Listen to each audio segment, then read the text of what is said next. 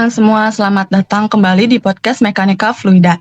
Pada episode kali ini, kita akan membahas sebuah topik yang mungkin terdengar teknis tetapi sangat penting dalam kehidupan sehari-hari, yaitu SNI 2415/2026 tentang tata cara perhitungan debit banjir rencana. Standar ini menjadi salah satu dasar penting dalam perencanaan bangunan air, sistem drainase, dan berbagai infrastruktur pengendalian banjir. Di tengah tantangan perubahan tata guna lahan, urbanisasi, dan intensitas hujan yang semakin sulit diprediksi, pertanyaan tentang bagaimana menghitung debit banjir rencana menjadi semakin relevan. Karena itu, hari ini kita tidak hanya akan membahas isi standarnya, tetapi juga melihatnya secara kritis, membandingkannya dengan pendekatan lain, dan menyoroti berbagai kontroversi yang menyertainya. Bersama saya sendiri, Puspa Cahya Maulida dengan NIM 2025339022, telah hadir juga 6 narasumber juga dengan sudut pandang yang berbeda. Dipersilahkan Mas dan Mbak. Perkenalkan, nama saya Ahmad Alan Maulana dengan NIM 2024330015. Saya Muhammad Aksal Adita Ma'arif dengan NIM 2024330012. Perkenalkan, nama saya Arjen Faizano dengan NIM 2024330029. Halo, perkenalkan nama saya Sidik Hadianto dengan NIM 2024330033.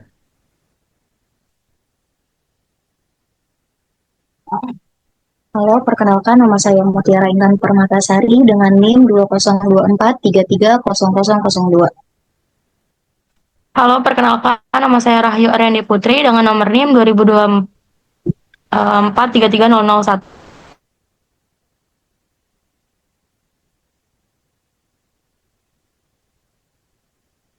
Oke, tanpa memperpanjang waktu kita, mulai diskusi kita pada kesempatan kali ini.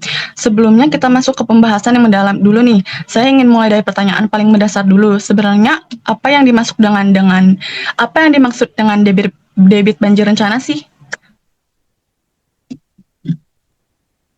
Oke, baik Mbak Puspa. Jadi apa sih sebenarnya yang dimaksud dengan debit banjir bencana ini? Debit banjir rencana. Jadi secara sederhananya itu debit banjir rencana adalah besarnya aliran air yang dijadikan acuan untuk merancang bangunan atau sistem pengendali air. Jadi ketika kita mendesain saluran drainase seperti gorong-gorong, tanggul, bendungan atau embung, kita harus tahu dulu berapa debit air yang mungkin harus ditampung atau dialirkan. Angka ini bukan angka sembarang, melainkan hasil analisis hidrologi yang disusun agar infrastruktur yang dibangun tidak terlalu kecil dan tidak pula berlebihan. Jadi kalau kita buat terlalu kecil nih, misalkan contohnya, jadi resiko bangunannya tidak mampu menahan banjir. Kalau terlalu besar pula, biaya konstruksi yang di real time nanti bisa jadi sangat mahal dan tidak efisien. Jadi debit banjir rencana itu pada dasarnya adalah titik temu antara keamanan teknis dan efisiensi biaya. Berarti ini bukan sekedar angka ya Mas Sidik, ini seperti dasar dari semua keputusan dari desain. Ya, betul sekali Mbak Puspa. Jadi dalam praktik perencanaannya, angka debit banjir rencana itu sangat menentukan. Dari angka itu, kita bisa menentukan dimensi saluran, kapasitas tampungan, tinggi tanggul, sampai detail teknis lain yang mempengaruhi umur layanan suatu bangunan. Karena itu, menurut SNI nomor 2415 tahun 2026, jadi menjadi penting karena memberi tata cara yang seragam agar perhitungan dilakukan dengan cara yang tertib dan dapat dipertanggungjawabkan. Jadi tanpa tata cara yang jelas, setiap orang bisa saja memakai metode sendiri-sendiri nih. Akibatnya, hasil perhitungan bisa berbeda jauh walaupun objek yang dihitung sama. Untuk proyek publik, itu tentu bermasalah karena kita butuh dasar yang konsisten dan bisa diaudit. Seperti itu, Mbak Puspa. Oh, jadi standar ini membantu kita punya langkah yang lebih jelas ya? Jadi biasanya proses dimulainya itu dari data. Kita perlu data curah hujan. Jadi karakteristik daerah aliran sungai, peta tata guna lahan, kemiringan lahan, panjang alur sungai, dan bila ada data debit observasi. Setelah itu kita menilai dulu kualitas datanya. Ini penting karena kalau data dasarnya buruk, hasil akhirnya juga akan lemah. Setelah data siap, kita baru bisa masuk ke tahap analisis. Jadi di situ kita menentukan hujan rancangannya, lalu mengubahnya menjadi debit dengan metode hidrologi tertentu. Metode yang dipilih itu biasanya disesuaikan dengan kondisi daerah aliran sungai, ketersediaan data, dan tujuan perencanaan. Jadi perhitungan debit banjir, eh, rencana itu bukan hanya hitung-hitungan matematis, tetapi juga keputusan metodologis. Jadi kita harus tahu nih kenapa memilih metode itu, apa asumsi dasarnya, dan apakah asumsi itu sesuai dengan kondisi di lapangan. Jadi standar ini memang membantu kita punya langkah yang lebih jelas ya Mas Sidik. Ya, tepat sekali. Jadi menurut SNI yang nomor 2415 tahun 2026 ini sebagai acuan ya, berfungsi sebagai panduan agar prosesnya tidak asal lompat dari data ke angka terakhir. Jadi ada urutan berpikir yang harus diikuti nih, mulai dari pengumpulan data, pemeriksaan kualitas data, pemilihan metode, perhitungan, lalu interpretasi hasil. Dengan begitu, hasil perhitungan bukan hanya angka final, tetapi juga punya jejak logika yang jelas. Jadi itu sangat penting kalau suatu saat hasilnya perlu ditinjau ulang atau dibandingkan dengan analisis lain. Kalau kita lihat dari sisi lingkungan dan kebencanaan, sekarang kita tidak bisa melihat debit banjir hanya sebagai masalah hidrologi murni. Jadi kondisi lapangan sudah berubah sangat cepat. Banyak daerah aliran sungai yang dulu masih punya kawasan resapan luas nih, sekarang berubah menjadi pemukiman padat, jalan dan area terbangun lain, terutama di daerah kota-kota besar ya. Perubahan ini membuat limpasan permukaan meningkat. Jadi artinya kalau kita memakai data lama tanpa membaca perubahan terbaru, maka hasil debit rencana bisa tidak lagi mencerminkan realitas. Ini salah satu alasan kenapa standar perlu dipahami secara kritis. Jadi standar memang memberi acuan, tetapi kondisi alam dan tata guna lahan terus bergerak. Jadi perencanaan harus selalu bertanya ke kondisi real time. Apakah data yang dipakai masih relevan dengan kondisi yang sekarang nih? Nah, sedangkan dari sudut pandang akademik, standar itu sangat penting, tapi tidak boleh diperlakukan seperti jawaban mutlak. Kadang orang mengira kalau sudah mengikuti standar, berarti semuanya pasti benar. Padahal itu tidak.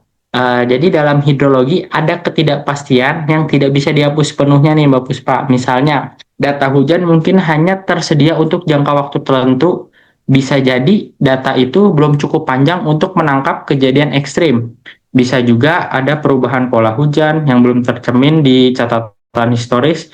Karena itu, hasil perhitungan debit banjir rencana sebaiknya dilihat sebagai estimasi terbaik berdasarkan data yang tersedia, bukan angka yang tidak boleh dipertanyakan. Wah, menarik banget ya Mas Sidik. Jadi standar ini sebenarnya bukan akhir dari analisis ya, melainkan awal dari segala pengambilan keputusan yang lebih bijak. Betul, Mbak Puspa. Jadi SNI nomor 2415 tahun 2026 juga memberi dasar yang lebih rapi dan seragam, tapi bukan berarti menutup ruang penilaian teknis. Jadi dalam prakteknya, perencanaan tetap harus menggunakan pertimbangan profesional. Misalnya nih, apakah hasil hitungan masuk akal terhadap kondisi di lapangan? Apakah perlu faktor keamanan tambahan? Atau apakah ada indikasi bahwa daerah aliran sungai tersebut sudah berubah drastis? Jadi dengan kata lain, standar membantu menyusun kerangka kerjanya, tetapi manusia tetap harus membaca konteks. Itu yang membuat hidrologi berbeda dari sekedar memasukkan angka ke rumus. Jadi ada unsur analisis, kehati-hatian, dan tanggung jawab. Oh, berarti kalau kita simpulkan nih, berarti debit banjir rencana ini adalah angka desain yang sangat menentukan keselamatan dan biaya. Sedangkan SNI nomor 2415 tahun 2026 memberi tata cara supaya angka itu dihitung dengan lebih seragam dan dapat dipertanggungjawabkan. Baik, terima kasih Mas Sidik penjelasannya. Setelah kita memahami dasar-dasarnya, sekarang saya ingin masuk ke pertanyaan yang lebih tajam nih. Kalau SNI 2415 tahun 2026 ini begitu penting, lalu apa yang perlu dikritisi dari penerapannya? Baik, Pak, izin, suara saya terdengar jelas nggak ya? Terdengar, Mas Arzen. Oke, baik. Ya, menurut saya pertama ya, kritik pertama itu justru terletak pada satu hal yang sangat mendasar. Hidrologi itu penuh ketidakpastian, artinya sebaik apapun standar disusun, hasil perhitungan tetap sangat bergantung pada kualitas data dan asumsi yang digunakan. Kalau untuk data hujan pendek, Kalau pencatatannya tidak konsisten atau kalau kondisi das sudah berubah jauh dari kondisi historis atau kondisi sebelumnya, maka hasil debit rencana bisa saja kurang mewakili kenyataan. Jadi kritiknya bukan pada keberadaan standarnya, melainkan pada kemungkinan orang memperlakukan standar seolah-olah ia bisa menghapus semua ketidakpastian. Padahal tidak, standar hanya memberi kerangka terbaik yang bisa dipakai saat ini.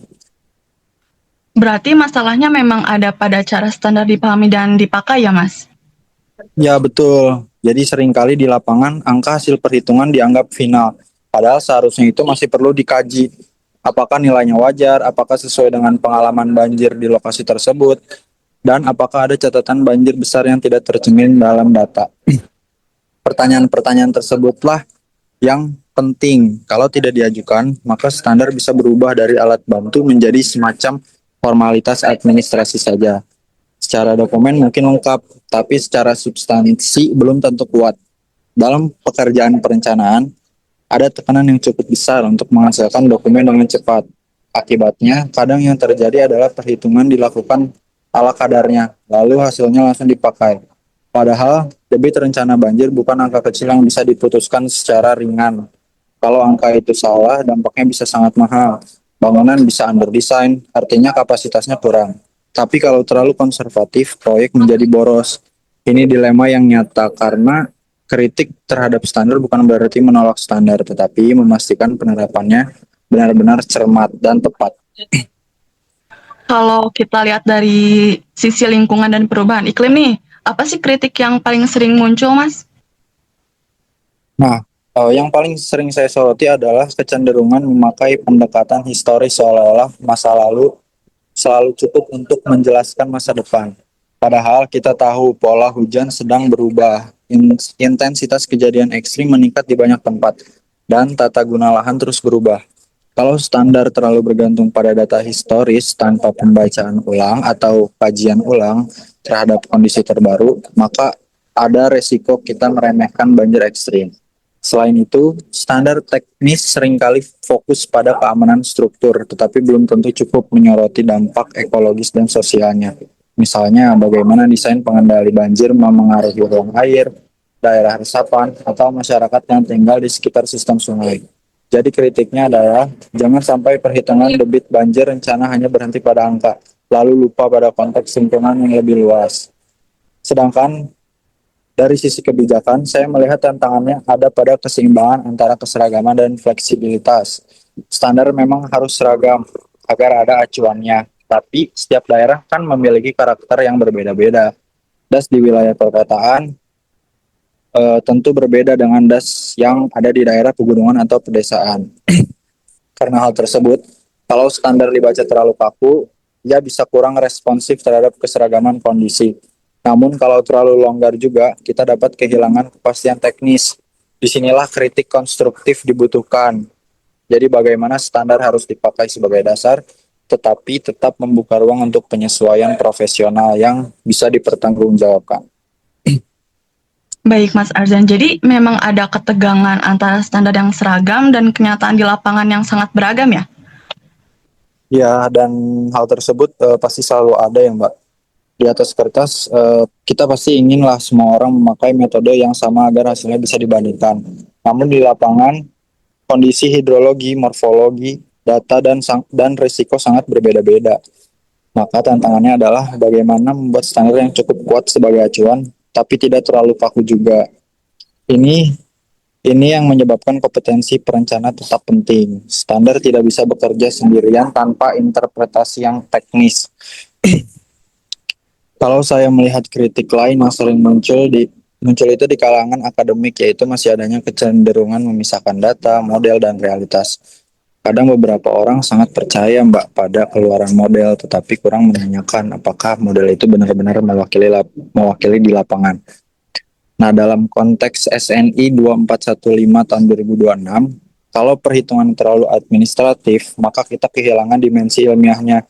Sebaliknya, kalau terlalu ilmiah tapi sulit diterapkan oleh praktisi, maka standar tersebut jadi kurang operasional. Jadi kritiknya sebenarnya terpusat pada mencari keseimbangan antara keterbacaan teknis dan ketelitian ilmiah. Berarti kalau dari yang saya tangkap nih, kritik utamanya memang ada pada 3 hal, yaitu ketergantungan pada data, kemungkinan penerapan yang terlalu formal, dan juga resiko yang tidak cukup adaptif terhadap perubahan. Apakah itu adil ya, Mas? Nah, untuk hal tersebut itu bisa dikatakan ya sangat adil ya Mbak. Bahkan saya sendiri akan menambahkan satu lagi. Ketidakpastian justru tidak dijelaskan dengan cukup terbuka. Padahal dalam analisis hidrologi, kita seharusnya jujur bahwa hasil perhitungan memiliki resikonya masing-masing. Kalau ketidakpastian ini disembunyikan, pengambilan keputusan bisa merasa terlalu percaya diri. Jadi kajian kritis terhadap standar itu bukan menjatuhkan standarnya, tetapi untuk mengingatkan bahwa standar itu perlu dipakai dengan kesadaran dari batas-batasnya. Dalam praktik proyek itu sangat nyata. Misalnya ada desain yang harus cepat selesai. Kadang beberapa orang memilih pendekatan yang paling sederhana. Padahal mungkin lokasi tersebut justru membutuhkan analisis yang lebih teliti. Nah, disinilah standar dapat membantu, tapi juga bisa disalahgunakan jika hanya dipakai sebagai administratif tadi. Nah, saya pikir standar yang baik adalah standar yang bisa dipakai secara disiplin, tetapi juga cukup cerdas untuk mendorong evaluasi lebih lanjut bila kondisi di lapangan menuntutnya. Mungkin untuk poin terakhir adalah banjir ini ya bukan hanya soal air yang datang dari langit, tetapi juga soal cara kita mengelola ruang, lahan, dan sistem drainase. Jadi perhitungan debit banjir rencana seharusnya tidak dilihat sebagai isu sempit hidrologi saja, karena dia berkaitan dengan tata ruang, lingkungan, pembangunan, dan keadilan bagi masyarakat yang terdampak banjir. Jadi kalau kita hanya fokus pada angka tanpa melihat konsekuensi sosial dan ekologisnya, kita bisa menghasilkan desain yang benar secara hitungan, namun kurang bijak dalam praktiknya. Begitu.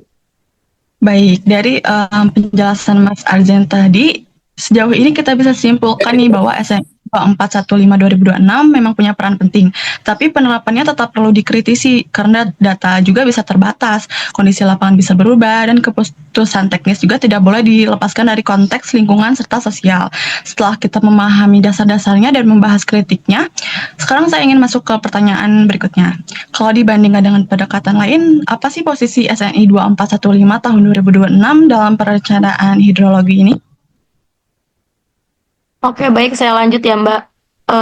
Kalau dibandingin dengan pendekatan lain, saya melihat SNI 2415 tahun 2026 ini sebagai acuan dasar yang sangat penting untuk menyamakan cara berpikir para perencana di Indonesia. Ini tuh sangat penting karena kondisi hidrologi kita sangat beragam. Ada wilayah yang curah hujannya tinggi, ada yang data pengamatannya lengkap, ada juga yang justru sangat terbatas. Ditambah lagi dengan banyak das di Indonesia yang sudah berubah karena urbanisasi, perubahan tata guna lahan, dan tekanan pembangunan. Dalam kondisi seperti itu, kita membutuhkan satu standar yang bisa menjadi titik awal yang sama bagi semua pihak. Kalau dibandingkan dengan model yang sangat kompleks seperti simulasi numerik terdistribusi atau pendekatan berbasis proses fisik yang sangat rinci, SNI ini memang tampak lebih sederhana. Tapi kesederhanaan itu justru menjadi keunggulan dalam banyak kasus. Tidak semua proyek punya data, waktu, tenaga ahli, dan biaya untuk menjalankan model yang terlalu rumit. Jadi dalam praktik SNI 2415 tahun 2026 ini lebih realistis dan lebih operasional. Baik, berarti SNI ini bukan lawan dari metode lain ya, Mbak? Betul, bukan lawan. Saya justru melihat sebagai fondasi dalam pekerjaan teknik. Fondasi itu sangat penting karena dari sanalah semua analisis lanjutan dibangun. Kalau dasar perhitungannya sudah seragam, maka hasil dari berbagai proyek bisa lebih mudah dibandingkan dievaluasi dan dipertanggungjawabkan. Namun kita juga harus jujur bahwa fondasi saja tidak selalu cukup untuk semua situasi. Ada lokasi yang kondisi hidrologinya sederhana hingga pendekatan standar sudah memadai. Tapi ada juga lokasi yang kompleks, misalnya kawasan perkotaan padat, das dengan perubahan lahan yang sangat cepat atau area dengan konsekuensi kegagalan yang sangat besar. Dalam kasus seperti ini, SNI tetap dipakai, tetapi biasanya perlu dilengkapi dengan analisis tambahan. Tadi Mbak Rayu menyebutkan analisis tambahan ya. Di sini analisis tambahan seperti apa sih yang biasanya dimaksud? Biasanya bisa berupa pemodelan hidrolik yang lebih detail, simulasi skenario banjir, pengecekan lapangan, atau kalibrasi terhadap data historis setempat. Jadi, SNI memberikan kerangka utama, lalu metode lain dipakai untuk memperdalam hasil bila diperlukan.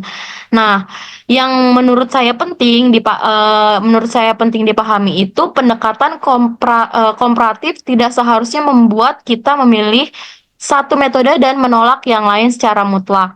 Yang lebih tepat adalah melihat fungsi masing-masing. SNI 2415 tahun 2026 ini cocok untuk memberikan dasar yang seragam. Sedangkan metode yang lebih kompleks cocok untuk memperhalus hasil pada kondisi yang memang menuntut ketelitian lebih tinggi. Baik, Mbak Rayu, kalau dibandingkan dengan praktik nasional nih, apakah pendekatan SNI ini tertinggal apa tidak ya?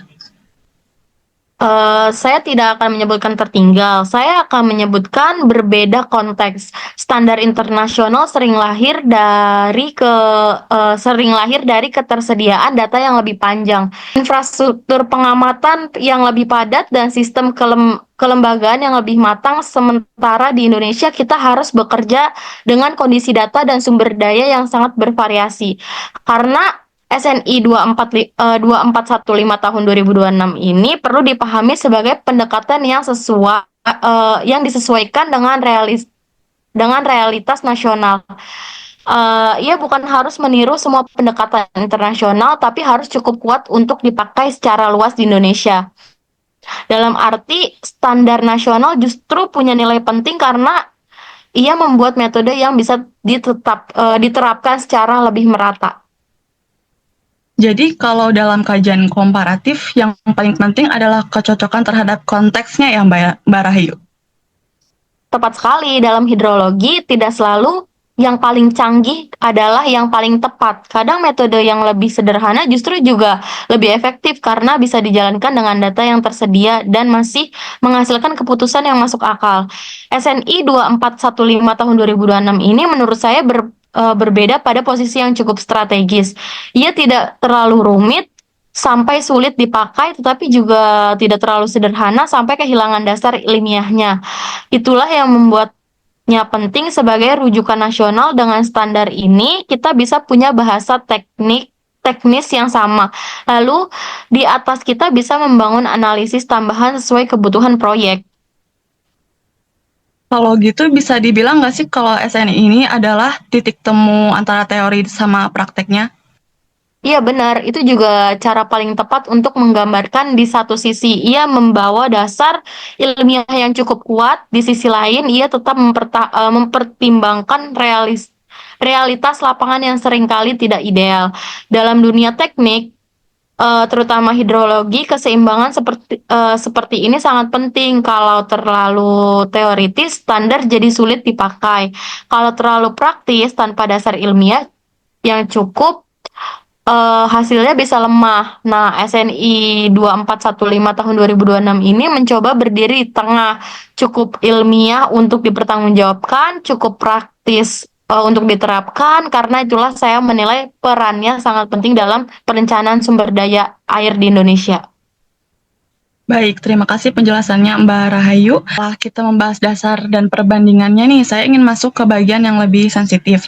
Menurut Anda, apa sih sisi kontroversial dari penerapan SNI 2415 tahun 2026 ini? Oke Mbak, saya bantu jawab ya.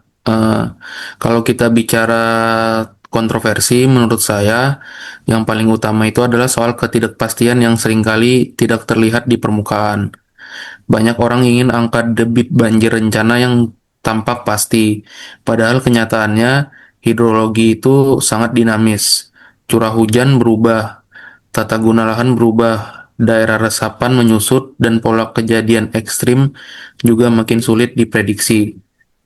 Masalahnya, ketika standar dipakai secara terlalu kaku, hasilnya bisa memberi rasa aman yang palsu. Orang yang merasa semua sudah dihitung sesuai standar, padahal bisa saja kondisi lapangan sudah jauh berubah. Nah, disitulah letak kontroversinya. Apakah kita sedang benar-benar mengelola risiko atau hanya memenuhi formalitas teknis? Pernyataan ini menurut saya sangat penting. Jadi kontroversinya bukan pada standar itu sendiri ya Mas, tapi pada cara orang memperlakukannya. Ya, betul sekali Mbak. Jadi standarnya sendiri itu bisa sangat baik. Tetapi kalau dipakai tanpa membaca konteks justru bisa bermasalah. Misalnya, jika data hujan yang dipakai terlalu singkat atau tidak mewakili perubahan terbaru, maka hasil perhitungannya mungkin tidak cukup konservatif untuk kondisi sekarang. Di sisi lain, kalau perencana terlalu takut mengambil resiko, membuat angka debit rencana yang sangat besar tanpa mempertimbangkan yang lainnya, biaya pembangunan bisa melonjak dan proyek menjadi tidak efisien. Jadi kontroversinya ada di antara dua, yaitu terlalu rendah bisa berbahaya dan juga terlalu tinggi bisa mahal. Nah, menentukan posisi tengah itulah yang sering memunculkan perdebatan. Berarti kalau gini ada perdebatan juga nggak sih Mas soal datanya? Ya, menurut saya sangat ada ya. Jadi data itu adalah jantung dari perhitungan hidrologi. Kalau data pengamatan terbatas, tidak lengkap, atau kualitasnya tidak konsisten, maka hasil debit banjir rencana juga ikut dipengaruhi. Jadi dalam praktiknya ini sering menjadi sumber perbedaan pendapat antara pihak yang ingin hasilnya cepat dan pihak yang ingin hasilnya lebih teliti atau akurat. Jadi di sini saya melihat sebagai masalah yang struktural. Kita tidak bisa berharap standar bekerja sempurna kalau ekosistem datanya saja sendiri masih lemah. Karena itu, kontroversi ini sebenarnya bukan sekedar soal metode, tetapi juga soal kesiapan sistem pengamatan, kualitas basis data, dan komitmen untuk terus memperbaruinya. Nah, kalau dampak perubahan iklim ini gimana ya Mas? Apakah ini juga jadi sumber kontroversi? Ya, tentu saja ya, karena itu salah satu isu yang sekarang paling hangat. Banyak standar teknis, termasuk perhitungan debit banjir rencana, masih sangat bergantung pada data historitis. Padahal kita tahu bahwa iklim tidak lagi sepenuhnya mengikuti pola yang lama. Kejadian hujan yang ekstrim bisa muncul dengan intensitas dan frekuensi yang berbeda dari masa lalu. Kontroversinya ada pada pertanyaan ini. Apakah data historinya masih cukup untuk menjadi dasar desain di masa depan? Nah, sebagian orang akan mengatakan iya, selama datanya dianalisis dengan benar. Tetapi ada sebagian lain akan mengatakan tidak cukup, karena perubahan iklim membuat masa depan tidak bisa lagi diwakili sepenuhnya oleh masa lalu. Saya cenderung melihat bahwa standar harus dibaca bersama analisis risiko tambahan agar tidak ketinggalan zaman. Pastinya di sini ada isu soal biaya juga ya Mas? Ya, ya, dan itu sering menjadi kontroversi praktis yang sangat nyata. Kalau kita lihat, debit banjir rencana, biayanya itu bisa dihitung lebih konservatif, maka ukuran bangunan biasanya akan lebih besar. Artinya, biaya pembangunan akan naik. Pemerintah atau pemilik proyek mungkin akan bertanya, apakah kenaikan biaya ini benar-benar sepadan dengan manfaat keamanannya? Sebaliknya, kalau angka dibuat terlalu ekonomis, resiko kegagalan infrastruktur bisa lebih besar di kemudian hari. Jadi perdebatan biaya ini bukan hanya perdebatan kecil. Ini soal bagaimana kita menilai keamanan jangka panjang dibandingkan pengeluaran kita di awal. Dalam banyak kasus, masyarakat baru menyadari pentingnya keputusan ini setelah terjadi banjir. Nah, kalau aspek sosial sama lingkungannya bagaimana ya Mas? Ya, oke. Terkait aspek sosial lingkungannya, itu juga bagian dari kontroversi yang sering dibicarakan. Perhitungan debit banjir rencana tidak hanya berdampak pada bangunan fisik saja, tetapi juga pada ruang hidup masyarakat dan ekosistem sungainya. Misalnya, kalau solusi yang dipilih hanya menambah kapasitas saluran tanpa memperhatikan ruang air, resapan, atau ekologi sungai, maka kita bisa memindahkan masalahnya ke tempat lain. Jadi kontroversinya adalah apakah kita membangun solusi yang benar-benar menyelesaikan persoalan banjir atau hanya memindahkan resiko dari satu lokasi ke lokasi yang lain. Saya kira ini kritik yang penting karena infrastruktur air seharusnya hanya aman secara teknis, tetapi juga adil secara sosial dan berkelanjutan secara lingkungan. Jadi kalau dirangkum, apa sih inti kontroversi dari SNI 2415 tahun 2026 ini menurut Mas Aksal? Ya, jadi intinya itu adalah keseimbangan antara kepastian teknis dan kenyataan yang berubah cepat. Standar ini sangat diperlakukan, tetapi tidak boleh diperlakukan seolah-olah sudah cukup untuk menjawab semua persoalan banjir. Kita tetap harus membuka ruang untuk pembaruan data, penyesuaian terhadap perubahan iklim, serta pertimbangan sosial dan ekologis. Bagi saya, kontroversi justru bisa menjadi hal yang sehat kalau membuat kita lebih hati-hati dan lebih kritis. Yang berbahaya bukan adanya kontroversi, tetapi ketika berhenti mempertanyakan kalau standar yang dipakai dengan sikap terbuka seperti itu, maka ia akan lebih berguna, bukan justru menjadi beban. Baik, terima kasih penjelasannya Mas Aksal. Setelah kita membahas dasar, kritik, komparasi, dan kontroversinya, sekarang saya ingin bertanya nih, apa sih implikasi nyata dari SNI 2415 tahun 2026 ketika dipakai di lapangan? Oke, baik Mbak Puspa. Implikasi paling nyata yang kita pakai ketika di lapangan adalah bahwa standar ini langsung mempengaruhi cara kita merancang infrastruktur air. Jadi bukan sekedar dokumen administratif, tetapi benar-benar menjadi dasar untuk menentukan ukuran saluran, kapasitas tampungan, tinggi tanggul, dimensi gorong-gorong, sampai pengaturan bangunan pengendali banjir lainnya. Kalau angka debit rencana yang dipakai salah, maka seluruh desain di atas bisa ikut meleset. Nah, di lapangan dampaknya sangat konkret. Kalau terlalu kecil, infrastruktur bisa kewalahan saat hujan ekstrim datang. Nah, kalau terlalu besar, proyek bisa menjadi mahal dan kadang sulit direalisasikan.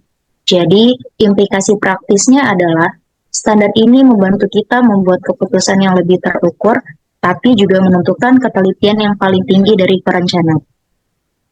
Baik, Mbak Intan, apakah penerapan standar ini mudah dilakukan nggak ya di semua proyek?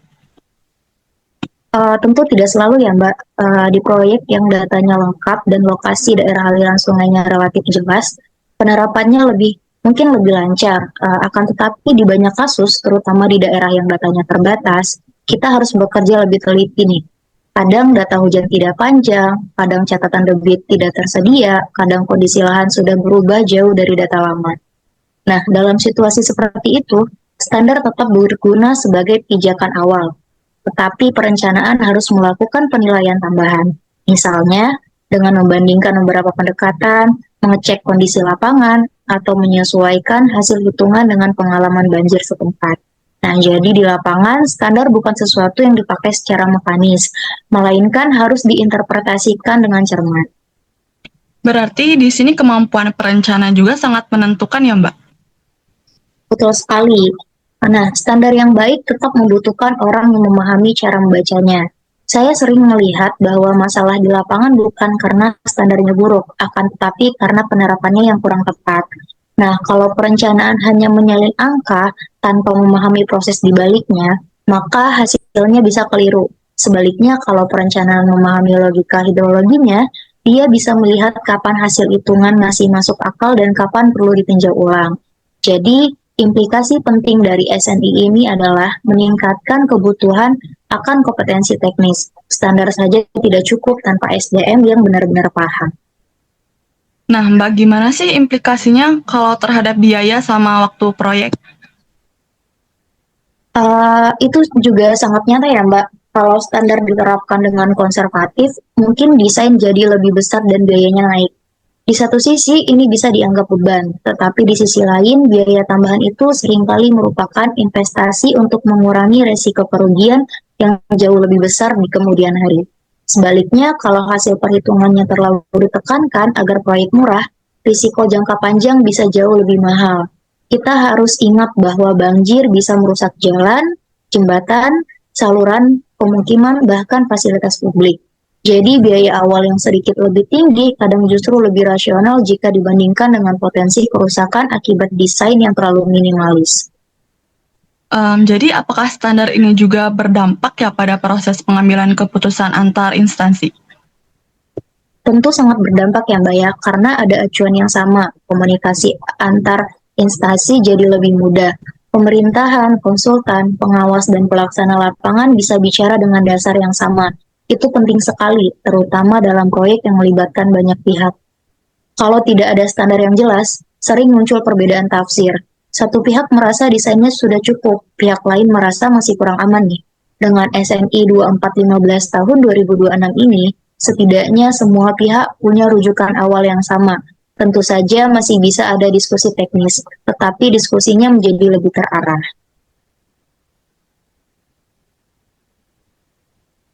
Kalau daerah perkotaan seperti Jakarta yang punya persoalan banjir kompleks, gimana ya Mbak?